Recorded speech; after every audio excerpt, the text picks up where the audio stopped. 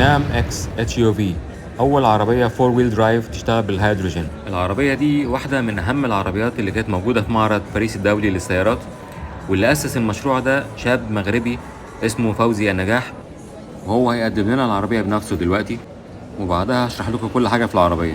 معكم فوزي النجاح، رئيس ديال نيميكس. اليوم نهار كبير، حنا في باريس في اكبر صالون دو لوتومي دو باري. اليوم ورينا الاتش في بروتوتيب، واليوم عندي غران انونس. اجوا معايا. اجوا معايا يعني تعالوا معايا.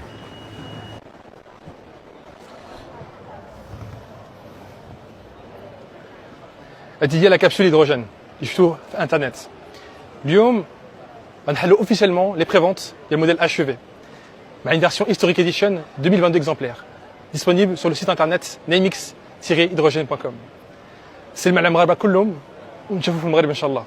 بصوا يا جماعه، يعني هو بيتكلم بالمغربي، فانا تقريبا ما فهمتش اي حاجه غير اجوا معايا، فانا هخلي بقى داكو صاحبي يترجم لي الكلام ده وبحط لكم التكست على الفيديو. معلش انا اسف يعني والله، بس انا وقفت اتكلم معاه شويه. هو بصراحه شاب متواضع جدا، عنده باشن رهيبه بالعربيات، بيفهم في العربيات كويس قوي لان هو من عيله بتفهم في العربيات. والده كان بيشتغل في توكيل رونو، وهو اشتغل في توكيل فولكس فاجن اول ما اتخرج، وهو بيعشق العربيات وعمل بروجكت هايل بصراحه. وهو علشان ينجح العربيه ادى مهمه التصميم لمكتب بينينفارينا.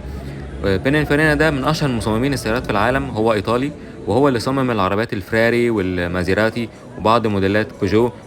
نعم اختصار لنيو اوتوموتيف موبيليتي، وحرف الاكس اللي احنا شايفينه بطريقه احترافيه في وش العربيه وفي جنب العربيه ده بيشير للدفع الرباعي. واتش يو في هي هيدروجين يوتيليتي فيكل. ونام اكس معتمده في التكنولوجي بتاعتها على الهيدروجين كبسول سوابينج. هي عباره عن 6 كبسولات موجوده في الخزان اللي ورا. الكبسولات دي بتعمل لها سوابينج، بتتغير. الكبسولات الفاضيه بتتغير بكبسولات تانية مليانه هيدروجين، وده علشان سرعه الانتقال ونوفر وقت الشحن.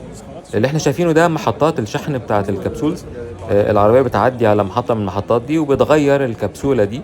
طبعا شايفين احنا هم اختاروا شاب صغير من الجمهور اللي واقف عشان يفرجنا ازاي هو بيعمل سوابنج بطريقه سهله جدا للكبسولز. يشيل الفاضيه ويحط واحده تانية مليانه، والعربيه بتمشي النو تايم. الانتاج هيبدا سنه 2025، وده المصنع اتبنى اوريدي في فرنسا. ومحطات الشحن او محطات الكبسولز هتكون متوفره في الشوارع ابتداء من سنه 2025، عشان كل اللي هيشتري العربيه دي يقدر ان هو يعدي على المحطه يبدل الكبسولة بسرعة جدا وتوفر وقت الشحن. العربية كمان فيها تانك تاني إضافي ثابت بيمشي العربية 500 كيلو، والست كبسولات اللي موجودين اللي بتغيروا بيمشي العربية 300 كيلو. يعني التوتال بيمشي العربية 800 كيلو في الشحنة. ده شكل الكبسولة، هي شكلها فضائي بصراحة، وهي وزنها وهي مليانة حوالي 10 كيلو، فسهل جدا استعمالها. وفيها الإيد اللي موجودة فوق دي عشان يبقى سهل الواحد يشيلها ويحطها تاني. تصميم الجنط رائع ومميز، ومن اجمل الجنوط اللي شفتها في حياتي، وعليه بادج الاكس المميز بتاع العربيه. طبعا بينينفارينا ما بيهزروش في التصميمات.